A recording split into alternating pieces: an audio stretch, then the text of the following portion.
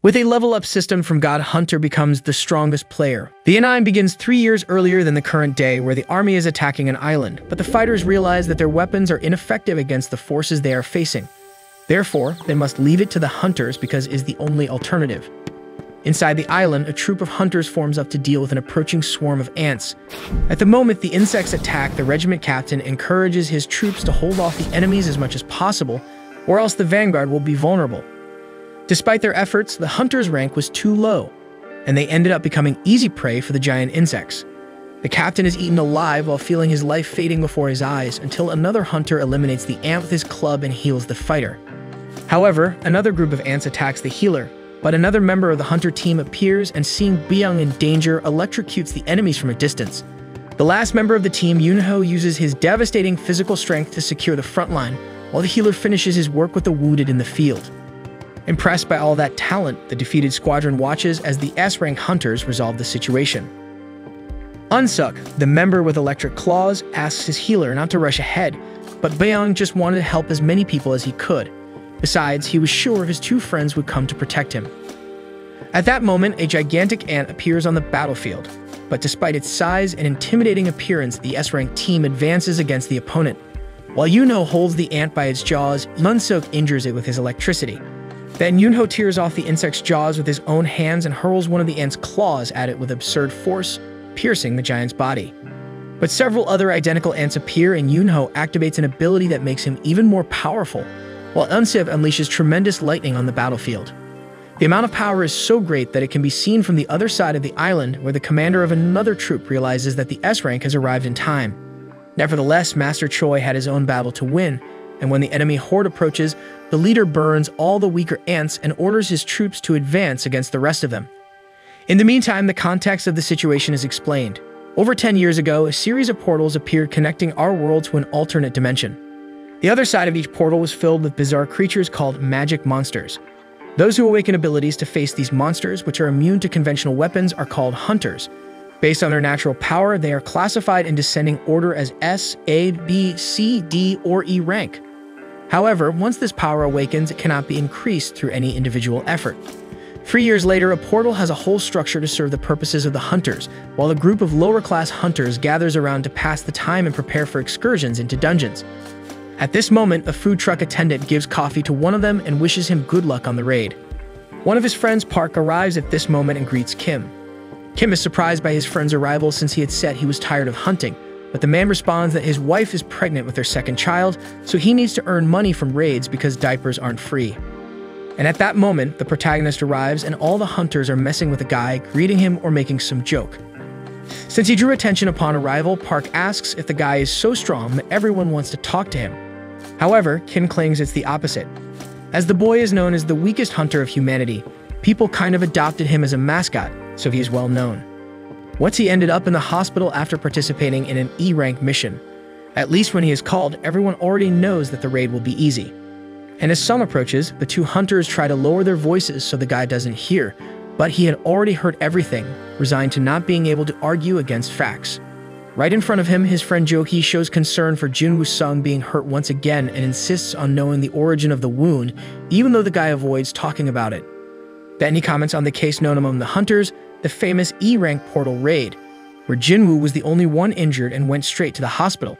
Since all the other hunters were of higher rank, no one saw the need to bring a healer, so it fell to the young man who ended up lagging behind. Betrayee argues that they were selfish and didn't think about the group's needs, but Jinwoo takes responsibility, saying it's his fault for being weak, and that he's already used to being treated that way. The raid is about to begin, and one of the hunters volunteers to be a group leader. Since everyone around recognizes that Song Cheol is the most skilled of all, there was no objection. Soon, the team enters the portal, and before Sung enters, Kim asks him to stay behind the rest of the group and be careful not to get hurt. Joey tries to motivate the boy and also enters, while he stays behind and observes his knife with almost no magical power, which was the only thing he managed to buy. Still, it's better than nothing, so Jinwoo Sung promises to do his best this time. Far away, the president of the Hunter Association, Go Gunhee, talks to his assistant, reporting that the conversation with the government was the same as always. They accuse dungeon breaks of being a problem, but still want the resources that hunters collect from them. Go doesn't mind them wanting a piece of the pie, but he wishes there wasn't so much hypocrisy in it. After all, dungeons are the livelihood of hunters.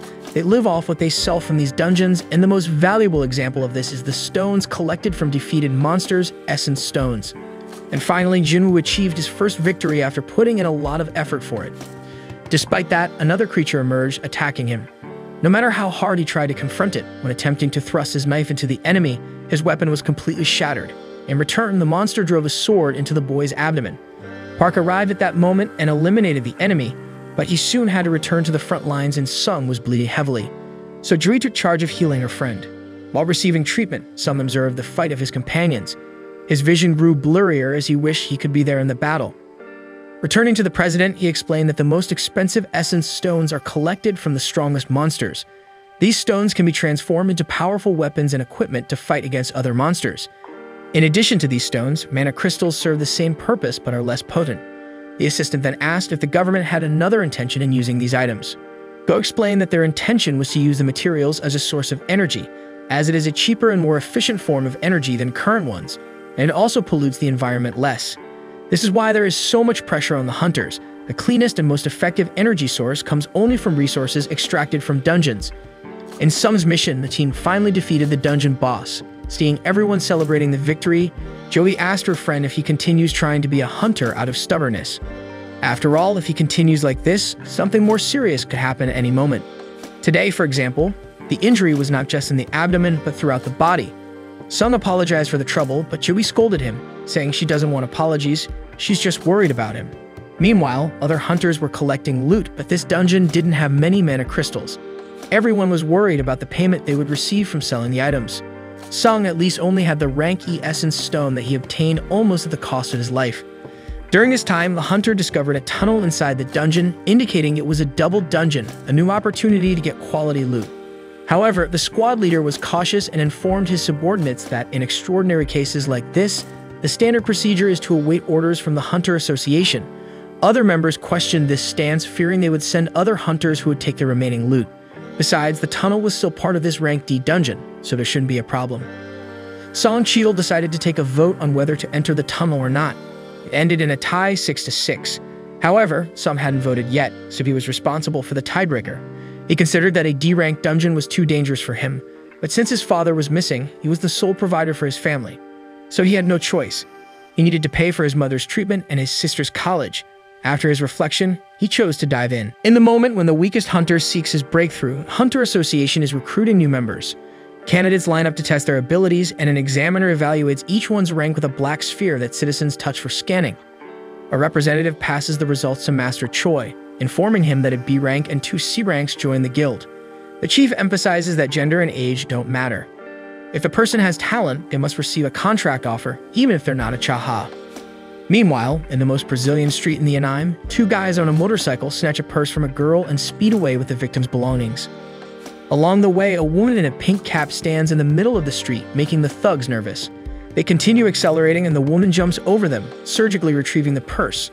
In the process, the motorcycle skids, and the woman returns the bag to the victim. The entire population witnesses this act of heroism and approaches Hunter Chaha, a renowned S-rank associate, for a photo. Before being photographed, she expresses annoyance at all the attention and leaves for some peace. Back in the dungeon, 40 minutes have passed since they entered the tunnel. Since the portal stays open for an hour after defeating the boss, they still have 20 minutes to get what they need and leave. Jinwoo Sung takes the opportunity to apologize again for putting them in this new predicament, as Joey voted against the new expedition. However, she gets irritated and reminds him that he would be dead if the sword strike had been a bit higher, so he should be more careful before entering places even more dangerous than those that nearly took his life for good. Jinwoo reflects on the scolding and acknowledges that having a B-rank healer by his side is a significant advantage. The girl asks to be rewarded with a dinner, and Jinwoo's reaction makes it seem like he'd prefer another sword in the stomach. Further ahead, the group reaches the boss's chamber.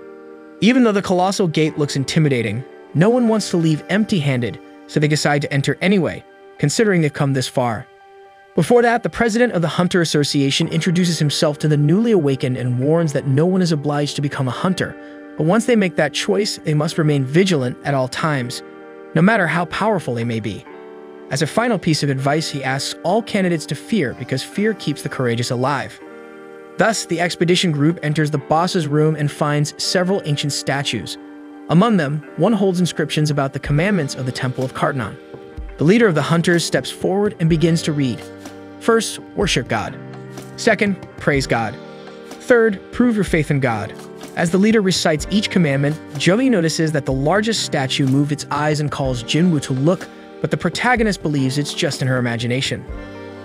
Finally, Song Cheol reads the last commandment, stating that those who do not follow these words will not leave alive. With that, the gate closes and everyone is in shock. A hunter revolts at being put in that situation and leaves the group attempting to escape. However, one of the statues comes to life and ends the man with its axe before he can try to open the gate. As she annihilated a D-rank hunter as if it were nothing, it makes no sense to have a monster of that level in this lower-level dungeon. Regardless, there's no way out, so Sung begins to imagine what will become of him. And it was at that moment that the largest statue in the room turns its eyes toward the protagonist. Despite this, Jinwoo Sung recalls that he has been close to death many times before.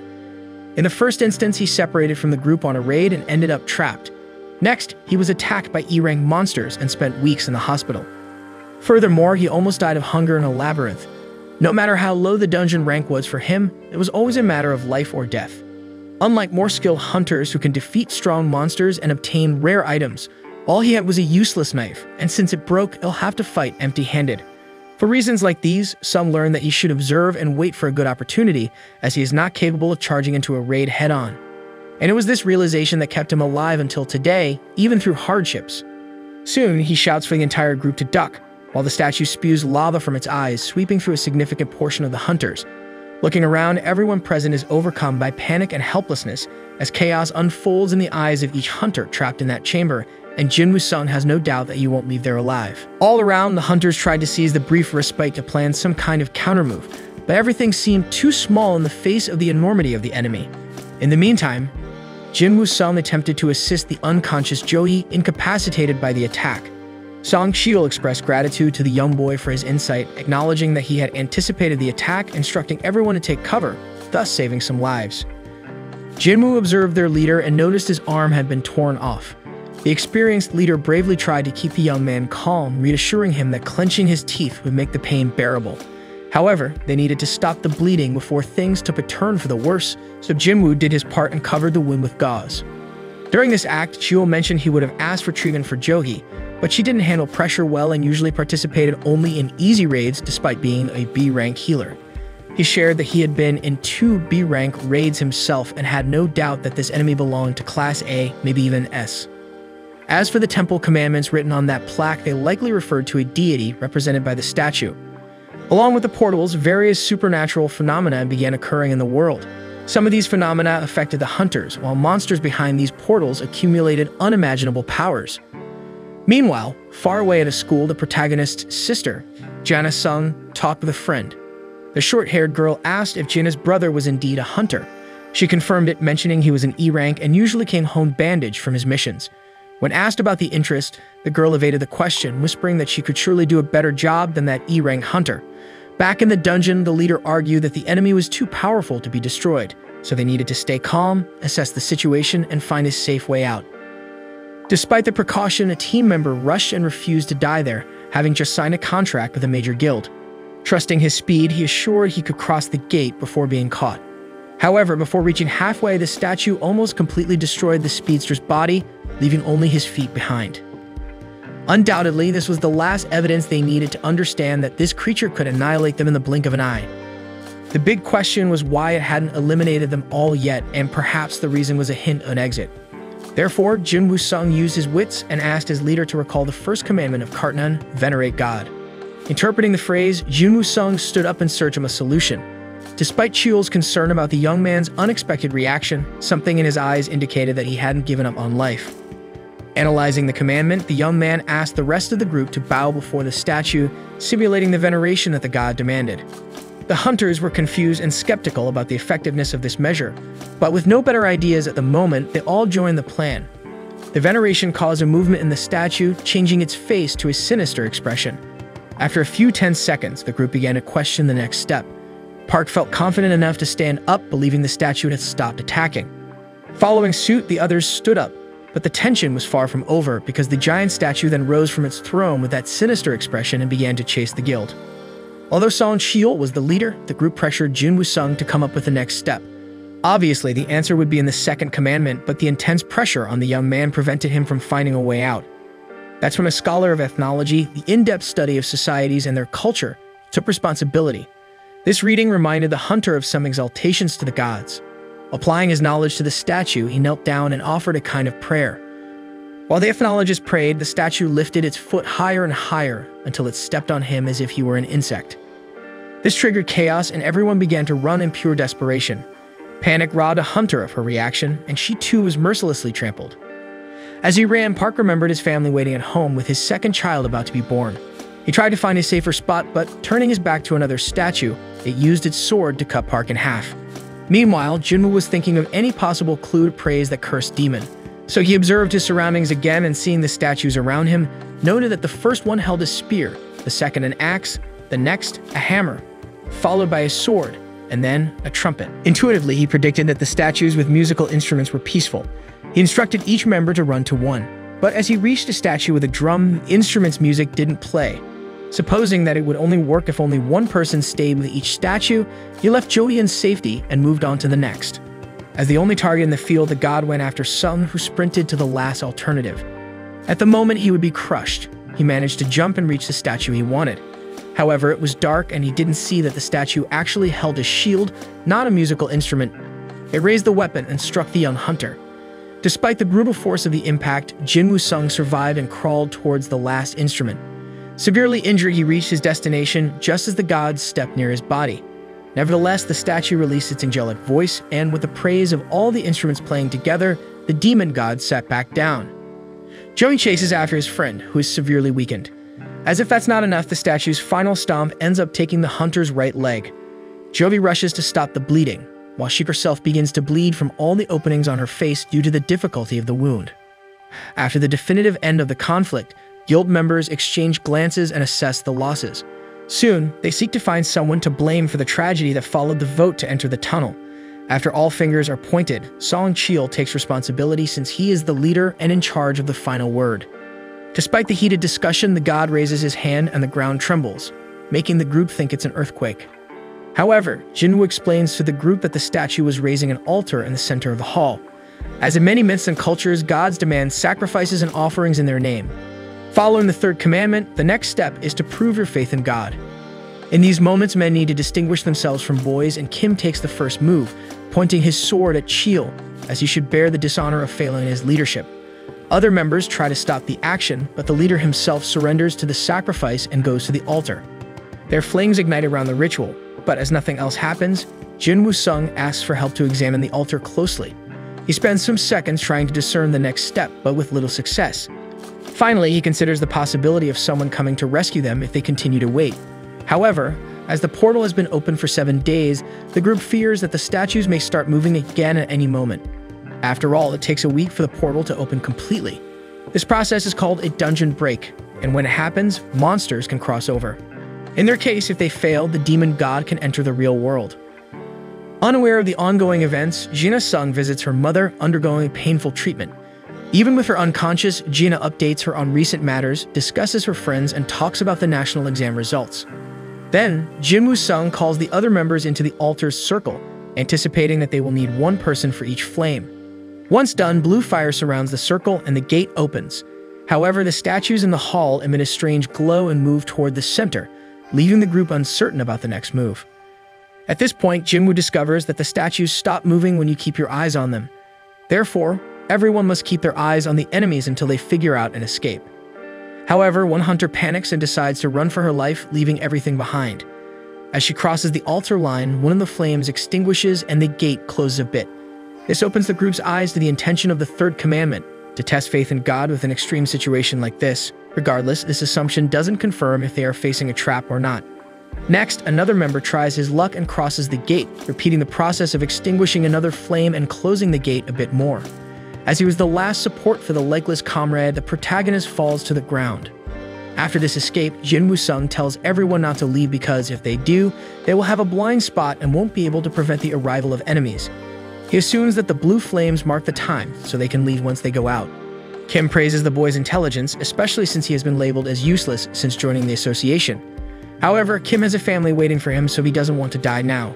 Therefore, Kim apologizes and flees the chamber. The three survivors now have a blind spot since they don't have enough eyes to cover all statue surroundings. In other words, they can no longer prevent the statues from approaching. Jinwoo starts to cry for coming so far and failing, despite surviving many challenges that tested him.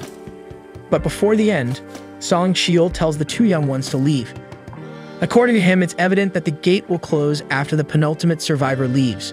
Since the two still have a long life ahead, they should go. He asks Jogi to take care of Sung, and as the healer prepares to take her companion away, her legs lock and she can't move them. The leader thinks she exerted herself too much to heal Sung, but some action needed to be taken as the siege was about to close in. For this reason, Jinwoo Sung tells Cheol to carry the healer outside. The leader starts to argue, but the protagonist insists loudly that he should take her immediately because there is no other alternative, considering he is without a leg.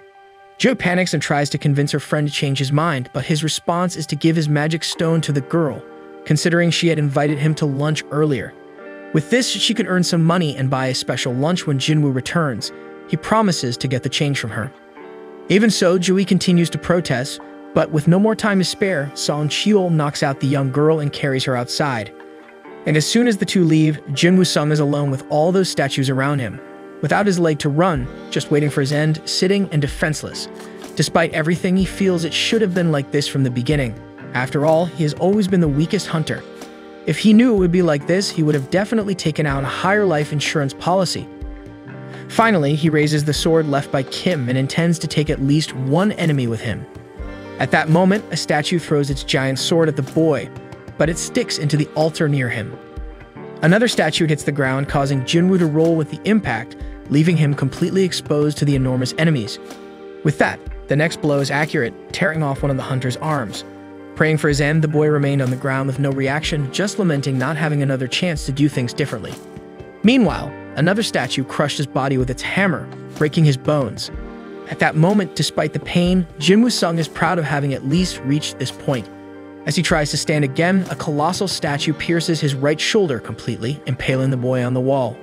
Miraculously alive, he spends his final moments harboring hatred for hunters like Kim, despising the fact that he said he couldn't take it anymore and had to leave. After all, it's logical that nobody could endure being there anymore. He was just justifying his own selfishness. It's always the most selfish ones who benefit the most. Jinwoo has a terminally ill mother, but even so, he decided to sacrifice himself for the group, leaving her and his sister alone, only to end up being massacred in the most painful and lonely way possible. Next, the sword-piercing Jinwoo is lifted high, causing extreme pain to the hunter, who is then thrown from a height of 20 meters and falls backward onto the sacrificial altar. His blood flows rapidly from his body as he cries and changes his mind. Now he feels that he doesn't want to die anymore, but it's too late. One of the statues then delivers the coup de grace to the protagonist, extinguishing the last blue flame. Following this, a screen opens with a notification about a secret mission called Courage of the Weak. This notification alerts someone that they have acquired the necessary qualifications to be a player, and then asks if they accept. Once the proposal is confirmed, another screen opens, warning that this person's heart will stop in 0.02 seconds if they don't accept, and then other options between yes and no are presented on the screen. In the end, the player goes ahead and accepts again. Next week, we'll have more of this anime as soon as the new episode is released, so go ahead and subscribe to the channel, and don't forget to hit the like button below to support this video. See you guys.